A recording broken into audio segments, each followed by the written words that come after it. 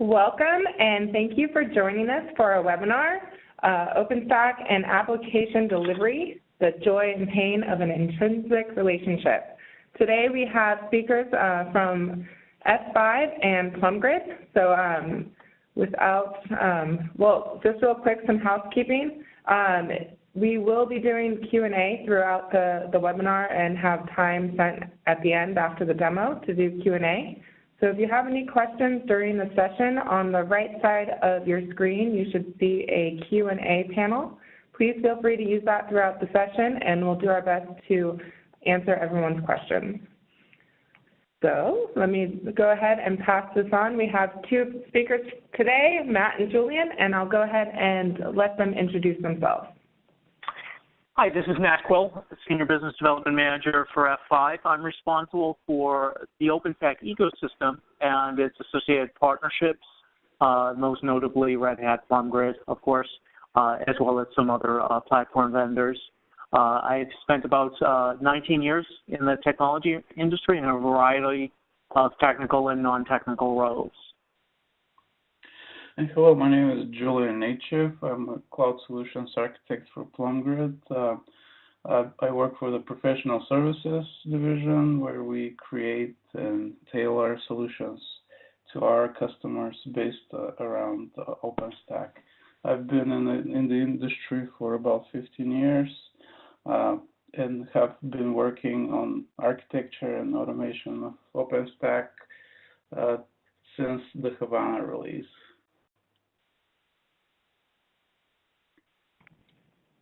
Okay, great. So real quickly, I'm going to have Matt walk you through the agenda, and then we'll go into our presentation and demos.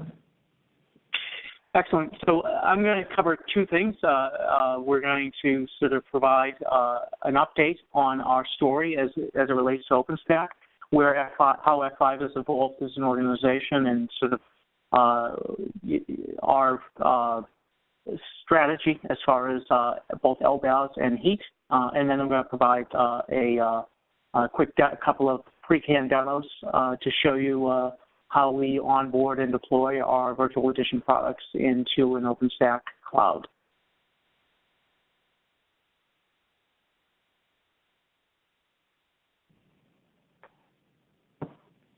Okay, so great. That I will share my presentation. Can you transfer the ball? Yeah, here you go.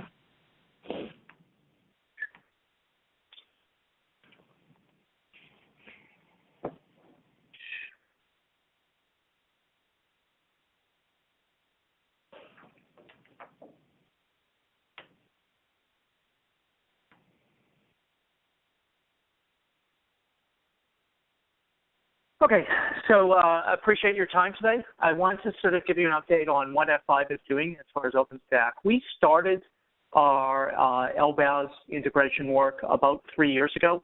It was very specifically tailored for one customer in particular, one of the early adopters of OpenStack. And we thought that basically in order to sort of satisfy this customer, we would sort of develop an LBAS plugin.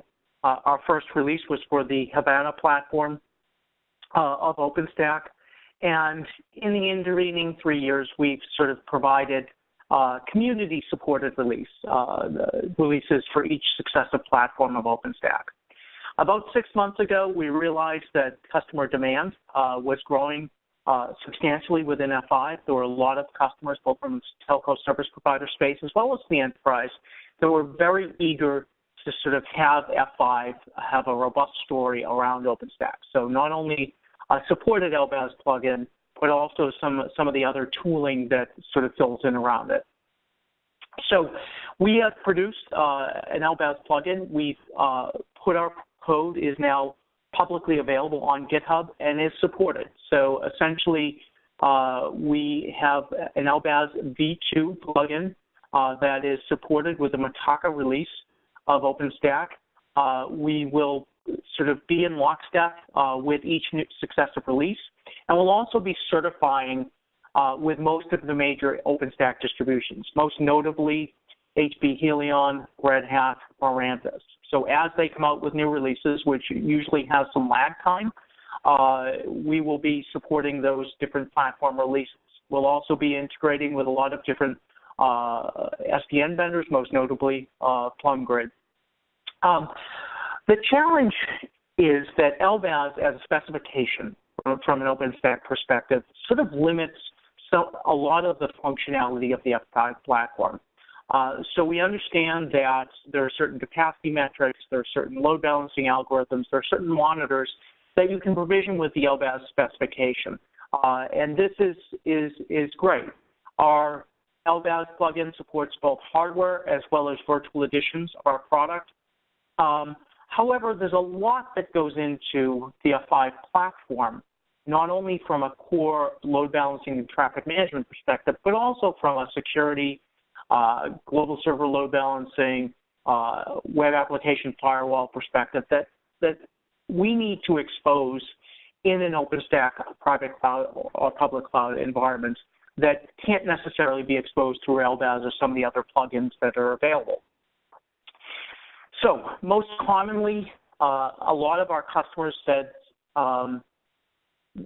the LVAS plugin that we had and had posted on Dev Central, which is our community site, was great. However, it was a Debian package in RPM, and they really wanted to have us sort of upstream our code, so make it fully available to the community more broadly. And they wanted to actually partner with us. Many of the customers that we were working with who had large OpenStack projects had made a substantial investment in terms of intellectual capital and time to sort of deploy OpenStack private clouds. And they really want to sort of make sure that they can sort of configure and conform the code that we produce to their particular environment.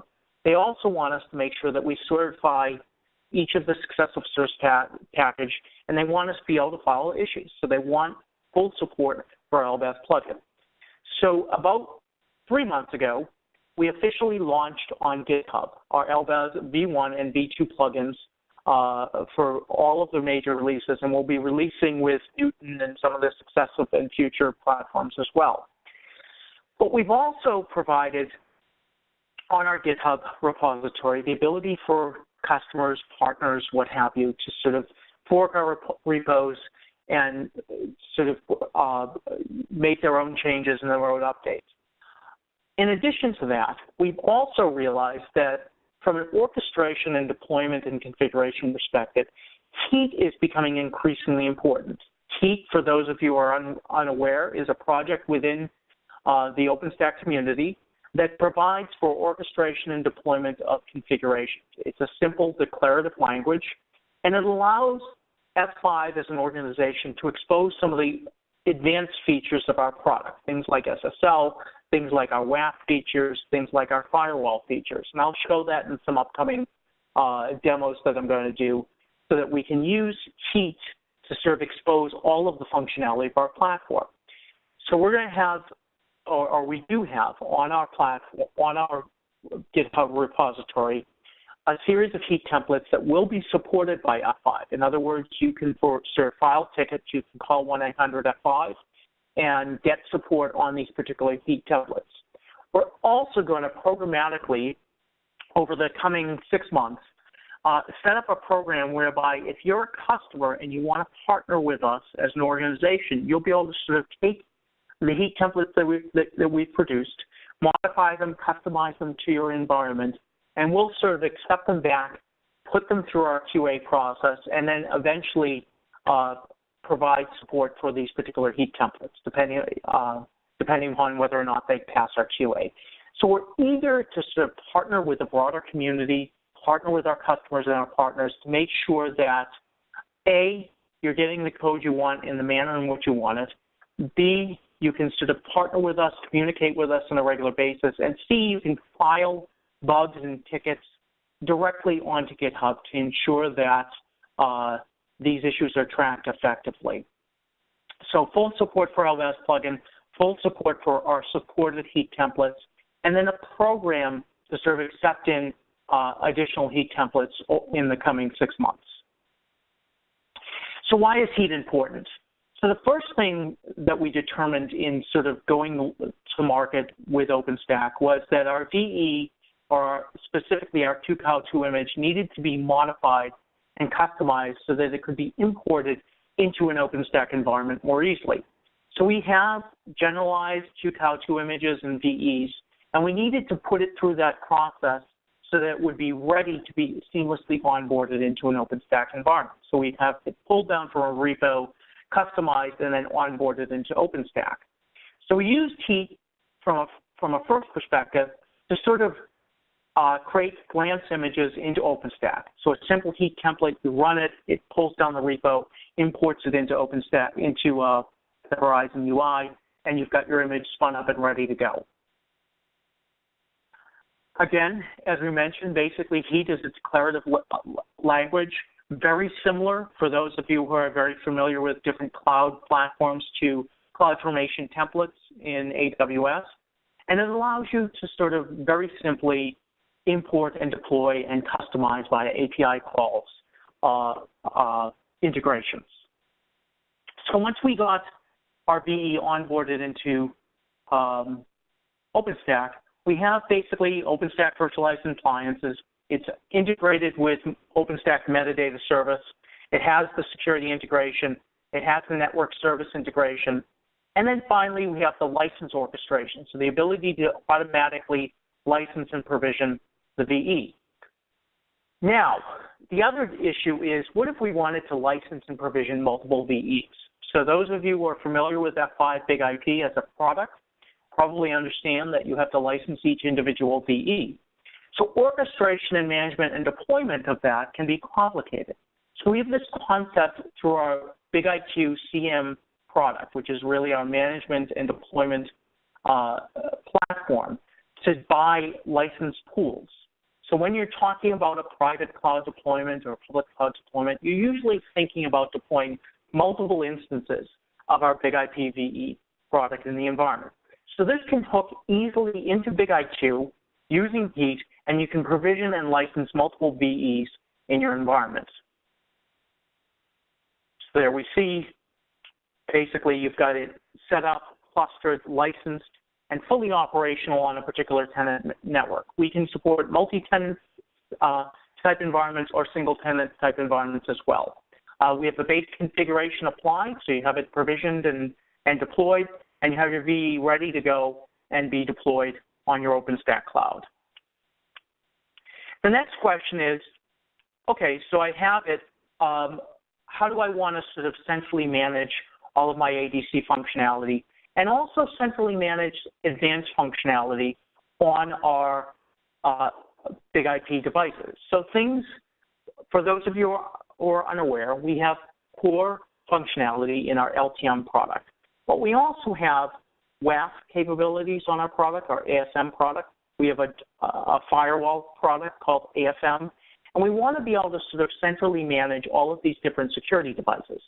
So using Heat, we can communicate to BigIQ, provision and configure these different VEs with the different modules on there, and we'll have our web firewall centrally managed through Heat.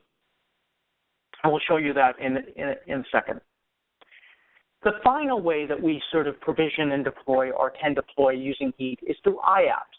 For those of you who are unfamiliar, IAPs are basically a templated configuration that asks a series of very simple questions of the end user so that the process of deploying application delivery services with multiple potential configurations and modules can be simplified. IAPs are something that can be easily configured, but also allow you to do very complex configurations. So again, using Heat, we can call IAPs on the BigIP using the BigIP API and deploy our IAPs onto the BigIP VEs. So we now see that our VEs are onboarded into OpenStack. We've now configured some of the advanced modules and configurations. So for example, our ASM product or our AFM product in addition to our LTM product. And then we can push an IAP configuration that deals with all the abstracts a lot of the complexity of our product under the covers. So we now have a fully functioning, fully featured BigIP VE or hardware device deployed in an OpenStack environment. So now we have basically an OpenStack community-centric orchestration of your applications. So our goal is basically to plug into the tool sets that are inherent in OpenStack and develop tooling that allows users to consume our products within an OpenStack cloud platform. And I think we've made substantial progress over the last 6 months. Now, all of this information, all of these tools, all of these heat templates are available on github.com/F5networks, both our LBAS V2 and V1 integrations, as well as our heat templates. It's important to understand that these configurations and these LBAS plugins and heat templates can support both our hardware as well as our virtual editions, and can deal with both multi-tenant type infrastructure as well as single-tenant application service infrastructures. And all the solutions, from our perspective, that are deployed are OpenStacky. So we're talking the OpenStack language. We're using the OpenStack tools to help enable you to consume some of our advanced delivery controller services. So with that, I'm going to do a couple of demos showing this in action. I did some, went through some slides, and I'm going to just show you the process of building and importing big IPv images into OpenStack. So here you have basically your VE. You go to the orchestration tab. You're going to pull up a stack. In this case, we're going to define the template stack. We put in our admin password credentials and our the server flavor, the type, and you put in your image user password. And essentially, this will go through using heat and deploy multiple big IPVEs into your environment.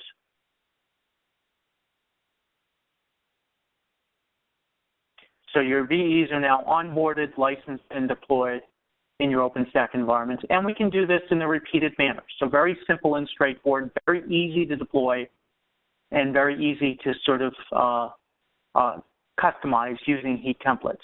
But most people don't want to just go through the process of deploying. They want to have the ability, through a single pane of glass, to actually configure them and provision the advanced modules and configure and provision advanced features on this.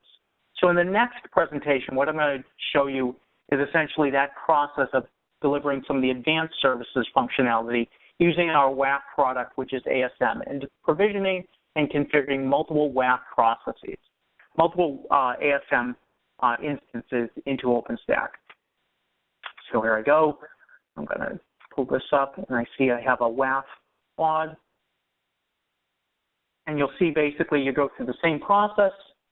You have an advanced feature. You're going to define your stack, your username and password.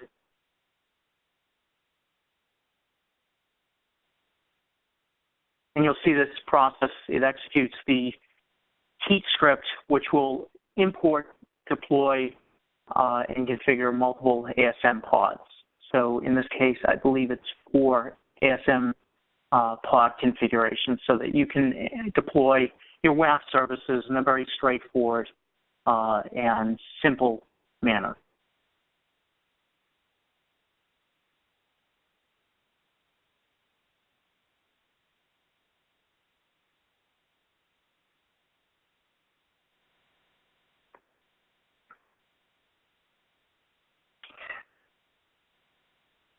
So you see basically you've got your MAC address, your different these are configured, and you have your ASM provisioned and deployed. And all of these are available, as I mentioned, on GitHub /F5networks. Feel free to take a look, browse, download our plugins, and deploy them as needed in the environment. So with that, I'm going to turn this over back to the PlumGrid folks, and we'll continue with the presentation. Okay, great. Let me just get this over to Julian. You're on. All right, great. Thank you. I would like to show a simple use case that we developed here at PlumGrid using our platform, F5's external load balancer, and the Rackspace 11 Kilo. So next slide, please. This particular solution would work with both physical F5 appliance and a virtual edition of it. So there are like two architectural ways of bringing in a load balancer into OpenStack. One is like what is called global routed mode, and the other one is the L2 adjacent mode. So I'm going to concentrate on the global routed mode because this is like the more simple and easy to understand right off the bat sort of solution. So in the global routed world, you basically have the choice of having a flat network, which is demonstrated here on this slide, where all of the IPs of all of your components lie in the same network space. You just have to very carefully manage allocations and whatnot. So the other way, the other thing we can do is also have provider networks carved off of a fabric. So basically, we can split our fabric and have like the provider networks be separate LANs. So, and actually, that's what we're going to be using today in this demo. So like it's a very simple case. Let's say you're a company that has like a couple of departments. One of them is marketing, and the marketing guys want a website. So what do we do? So let's go and install, configure OpenStack with PlumGrid and bring in an F5 appliance. Next slide, please. This will allow us to basically carve out all of our functionality and create the infrastructure needed to create a load balanced pool of web servers that will serve our website. So our physical networking for that Rackspace cloud installation looks roughly like this. That's like a kind of small diagram, but the important thing to note is like in the vertical column we have infrastructure nodes that basically are the controllers for our cloud, and on the horizontal we have a few compute nodes and 2 gateway nodes that serve all of the traffic goes through them through a highly available port bundle. So I would like to quickly show how, and that's like a handmade diagram, but this is how we brought in the virtual edition of F5. This is what it looks like. Architectural wise, we basically need 3 interfaces in our infrastructure node that is running F5 in this case as a VM. On the northbound, we have all of the internet connectivity. On the southbound interface, we have a connection into our fabric. So in the global routed mode, all of our resources need to be pre-provisioned and everything needs to be routable. So, for example, on the north side, we have like what the internet is like. We have like a routable IP to the internet. On the south side, we have pre-provisioned like all the VLANs we're going to be using as provider networks. Like in this case, we have 4 VLANs, so they are all carved into that southbound interface of the F5 virtual edition appliance. And next slide, please. So the other infrastructure nodes, the only thing to note about them is that since this is a Rackspace installation, they rely on LXCs to deliver all of their controller functionality. So as as you guys see on the diagram. It's like basically LXCs running on bare metal, and all of the services that are needed can be configured inside of those LXCs. Next slide, please.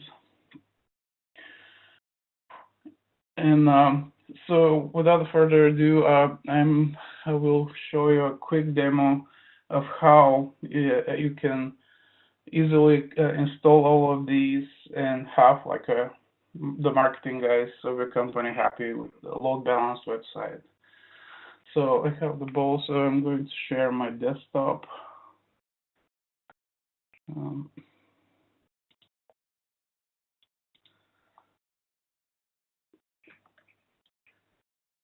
Okay. So very quick overview of what we have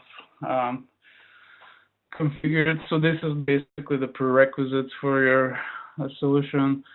We have 4 VLAN-based external networks, and then we have our tenant, 2 networks in our tenant that have the VMs that will run the web server, and a dummy network configured with the IP seeder of where your virtual IPs for your F5 are going to live.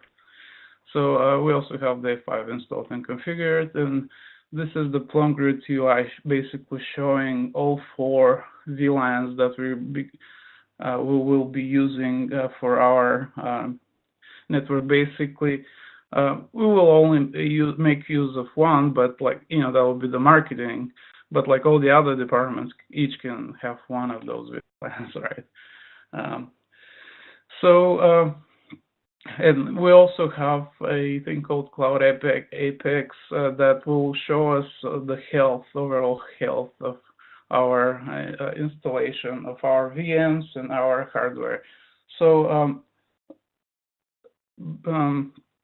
and this is going to demonstrate how we did the installation of the F5 LBAS driver into our Rackspace.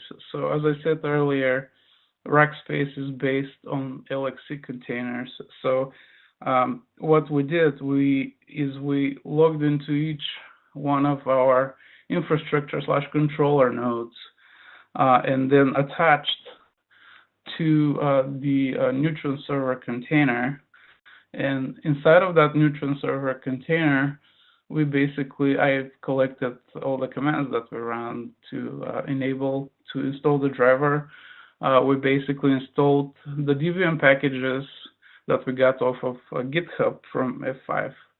And the beauty of that was, like, since they are on GitHub, it was very easy, you know, to look through the code if there was something that, you know, wouldn't work with our scenario, you know, and fix things if we had to. We didn't. Great job, F5 guys.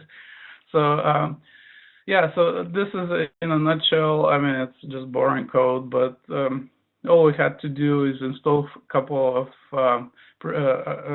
dependencies, install the DVM files, configure one file with the way our network environment looks, and that was it. So we did that on all controllers, and in the end we have a running LBAS driver able to talk via REST calls to the F5 appliance. So let's go through creating a load balanced pool for our marketing department. We have 2 VMs that I've spun up in the marketing network, and those 2 VMs each have a floating IP. So this is important to note because we will be using the floating IPs to create our load balancer pool for our members. So these are like 102 and 101. So if we just note, so creating a load balanced pool is as simple as a couple of clicks. So we just click on the load balancers, we add a pool, call it, not very imaginatively, marketing. And the thing here is it has to be on the CIDR, it has to be on the network of our tenant. And in this case, if you guys remember, the marketing network was the 10.4. And we, easy to select round robin for load balancing mechanism. So after that, it's very easy to just add those two VMs, they're floating IPs, as members of the pool.